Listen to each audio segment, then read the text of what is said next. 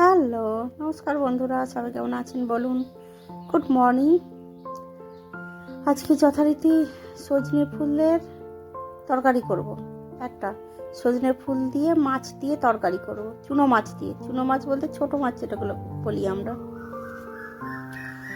চলুন, তার জন্য সিম টিম কাটাকুটি করছিলাম, সব কাটাকুটিগুলো দেখালাম না। কাটাকুটি যথারীতি আপনারা সব করতে পারেন, মোটামুটি চৌকো চৌকো করে যেমন খুশি করে এটা কাটতে পারেন। এটা কাটা নিয়ে সমস্যা নেই, তবে আলুটা যেটা দেবেন সেটা খোলা ছাড়াবেন না, খোলা শুদ্ধ আলু দেবেন, এটুকু হলেই যথেষ্ট, তার বাইরে কিছু দরকার নেই। তো যাই হোক, রান্নাঘরে চলে এসেছি। মাছ আগেই মা ভেজে রেখে দিয়েছিল, কারণ মাছটা ভাজা আপনাদের দেখাতে পারিনি, তার জন্যে আমাকে ক্ষমা করবেন। কেননা মাছটা ভাজা দেখানোর মতো আর কি মানে সময় সুযোগ হয়নি, তখন রেকর্ডিংটা করা হয়নি, আমি পুজো করছিলাম, তো ওই জন্য মাছটা দেখাতে পারিনি। তো যথারীতি কড়াইয়ের তেল, নুন, হলুদ দিলাম, দিয়ে সবজিগুলোকে ভেজে নেবো এক এক করে। মধ্যে কী কী সবজি দিয়েছি সেটা তার মধ্যে দেখিয়ে দিন, যাতে আপনাদেরও বুঝতে সুবিধা হয়। আর যে এখানেই মোটামুটি দেখতে পারবেন যে কেমনভাবে আমি সবজিগুলো কেটেছি। বেগুনগুলো কেটেছি ডাইস করে, মানে চৌকো চৌকো করে কেটেছি। এই যে মাছ ভাজা, কি সুন্দর মাছগুলো ভেজেছি, দেখছেন? খুব সুন্দর মাছগুলো ভেজেছি। আর এই যে সজনে ফুলটাকে আগেই ভালো করে সেদ্ধ করে ভেজে তুলে রেখেছি।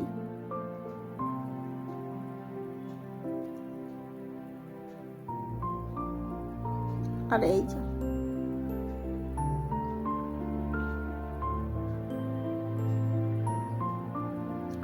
ওই সবজিগুলোর মধ্যে কি কি সবজি দিয়েছি তার মধ্যে বলে দিই।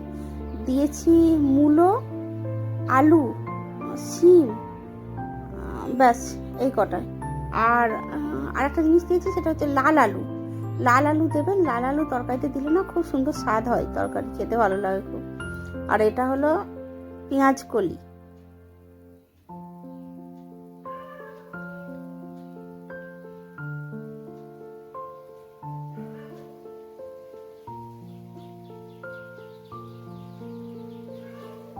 শীত ফুরিয়ে যাচ্ছে, ভাবলাম যে পেঁয়াজ কলির একটু তরকারি করে নেওয়া যাক। সজনে ফুল দিয়ে দিলাম,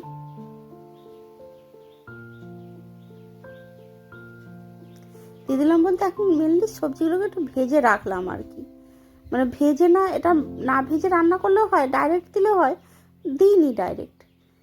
তেল দিয়েছি, দিয়ে ভেজে তুলে রেখে এবার সর্ষের তেল দিলাম, 1 চামচ মতো সর্ষের তেল। জানেন যথারীতি আমি কম তেলে রান্না করি, আপনারা একটু তেল বেশি দিতে পারেন, কারণ আমি অতটা রান্না করেছি ওইটুকু তেলে, আপনারা একটু তেল বেশি দেবেন, খেতে আরও সুস্বাদু হবে।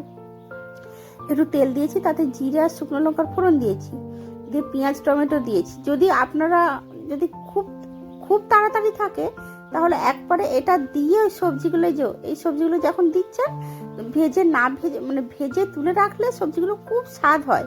আর যদি মনে করুন কারো খুব তাড়া থাকে, তাহলে ডাইরেক্ট এরকম ভাবে আপনারা দিয়ে দিতে পারেন। পেঁয়াজ টমেটোটার সাথে আবার একটুখানি খানিকটা ভাজা হবে।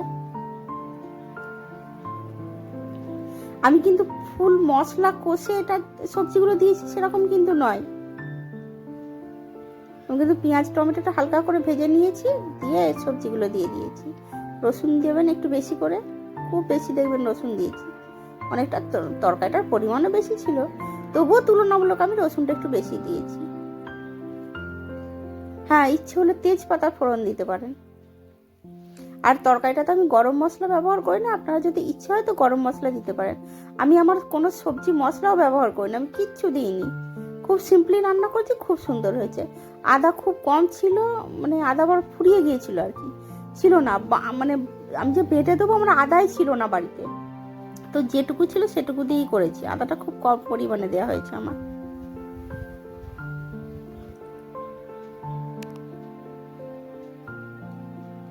আর আমি যথারীতি এতদিন ধরে যারা আমার ভিডিও কন্টিনিউ দেখছেন, তারা একটা জিনিস লক্ষ্য করবেন যে আমি প্রতিটা মশলা দিয়ে একবার করে নাড়ি, কারণ এটা আমাকে না একজন বলেছিল। এটা জিরে গুঁড়ো, আদাটা দিয়ে খানিকক্ষণ নাড়ার পরে আবার জিরে গুঁড়ো দিলাম, এটা দিয়ে আবার খানিকক্ষণ নাড়বো, দিয়ে তারপরে আর সব বাকি যা যা মশলা দেবে তারপরে পরে পরে সব দেবো, কিন্তু প্রত্যেকটি মশলা দিয়ে মোটামুটি 30 সেকেন্ড কি 1 মিনিট করে নাড়বো। আবার এই যে ধনে গুঁড়ো, আর ইদানিং আমি সমস্ত রান্নাতে ধনে গুঁড়োটা ইউজ করছি। কাঁচা লঙ্কাগুলো ধুয়ে রাখলাম, কাঁচা লঙ্কা দিতে ভুলে গিয়েছিলাম। আপনারা ইচ্ছে হলে চিড়ে দিতে পারেন, আমি ভেঙে ভেঙে দিয়ে দিচ্ছিলাম, বাড়ির মানুষ খাবো তো। হ্যাঁ, যেটা বলছিলাম, এটা আমাকে আমার মামিমা শাশুড়ি বলেছিল। তার বাংলাদেশে বসিরহাটে বাড়ি, বাংলাদেশের ধারে পাশে। উনি বলেছিলেন যে প্রতিটা মশলা দিয়ে ইয়ে করবে আর কি, একটু করে নাড়বে, তাহলে ওই মশলার স্বাদটা ভেতরে ঢুকবে।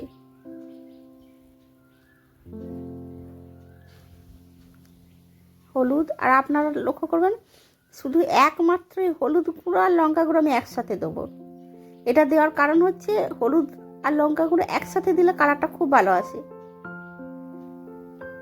মানে হলুদ আলাদা দিয়ে লঙ্কা গুঁড়ো আলাদা দিলে যে কালারটা আসে তার তুলনায় একসাথে দিলে কালারটা একটু বেশি আসে। এই যে আমি কিন্তু আর জল ব্যবহার করব না, আপনারা চাইলে এই যে জলটা আমি দিলাম এই জলটাও ব্যবহার করবেন না, আমি বারণ করছি জল ব্যবহার করতে। এই রান্নায় জল ব্যবহার করলে রান্নাটা খেতে ভালো হবে না। আর আমি ঠান্ডা জল দিয়েছি, আপনারা চাইলে, আমার একটু তাড়া ছিল, আপনারা চাইলে একটু গরম জল ব্যবহার করবেন। একটু চিনি দিয়েছি বেশি করে, বেশ খানিকটা চিনি দিয়েছি।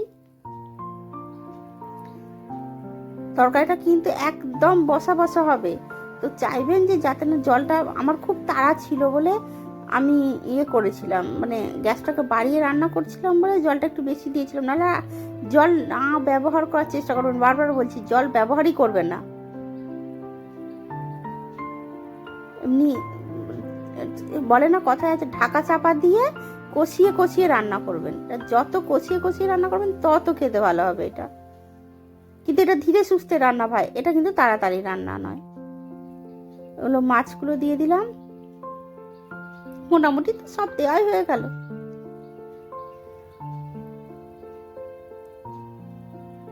হ্যাঁ, দিয়ে আবার মনে হলো যেন যে নুন ঠিকঠাক হয়েছে নাকি আবার চেক করে দেখে নিই।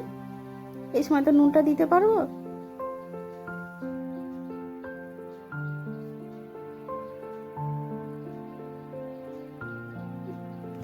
এত স্বাদ হয়েছিল তরকারিটা, আর মানে দারুণ দারুণ দারুণ। এখনো সজনে ফুল মাঝে মাঝে পাওয়া যাচ্ছে, যদি যদি কেউ পারেন, তো যদি পান তো এভাবে রান্না করে একবার শীতের শেষে একবার রান্না করে দেখতে পারেন। এখনো পেঁয়াজ কলিও পাওয়া যাচ্ছে মোটামুটি, আমাদের এখানে বাজারে পাওয়া যায়। সজনে ফুলের বদলে নাজনে ফুল, নাজনে গাছ বলে কেউ চেনেন কিনা জানি না, যেটা 12 মাসের সজনে আর কি, সে ফুল দিয়েও করতে পারেন, সুন্দর হবে খেতে। তবে পেঁয়াজ কলি থাকাকালীন করে নেবেন, কিন্তু এটা পেঁয়াজ কলি দিয়ে খুব ভালো হয়।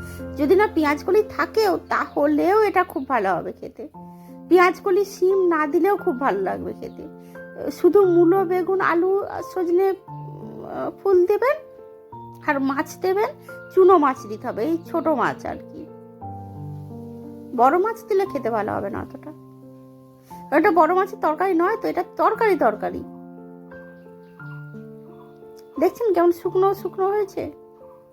আমি ওর গ্যাসটাকে বাড়িয়ে দিলাম, যেটুকু শুকনো হয়নি সেটুকু, যত সেই কড়াইয়ে ধরে যেতে হবে, তরকারিটা ধরে যাবে আর খুন্তি করে করে তুলবেন, ধরে যাবে আর খুন্তি করে করে তুলবেন, দিয়ে ওই স্বাদ, ও কি বলবো, দুর্দান্ত।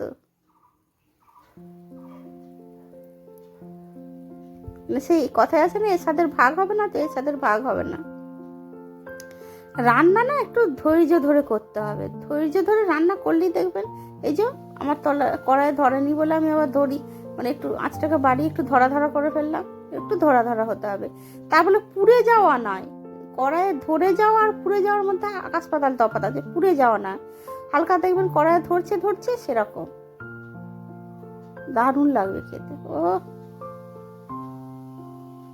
এখনই এর গন্ধটা, স্মেলটা আমার নাকে ঢুকছে এখনই, গোটা ঘরটা মোমো করছিল একদম গন্ধে। এত ভালো লাগে, এত ভালো লাগে, এত ভালো লাগে।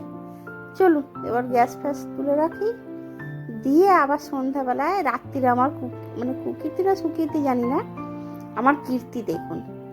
এই ছোট কড়াইটি আমি এই জন্যই কিনেছিলাম মেনলি, আমার বর ভীষণ পরিমাণে খেতে ভালোবাসে, ডিমের পোচ।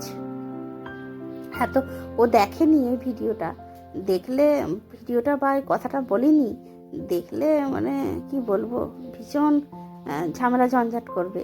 কারণ এরকমভাবে পোচ খেতে দারুণ লাগে, আমি ভীষণ পছন্দ করি। কম তেল দেবো,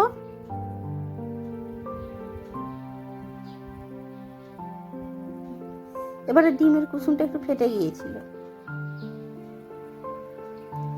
দুরকম ভাবে ডিম ভাজা খেতে খুব ভালো লাগে আমার। ডিমের পেঁয়াজ মানে অমলেট বা মামলেট না কি বলে, সেসব মামলেট আমার একদম খেতে ভালো লাগে না।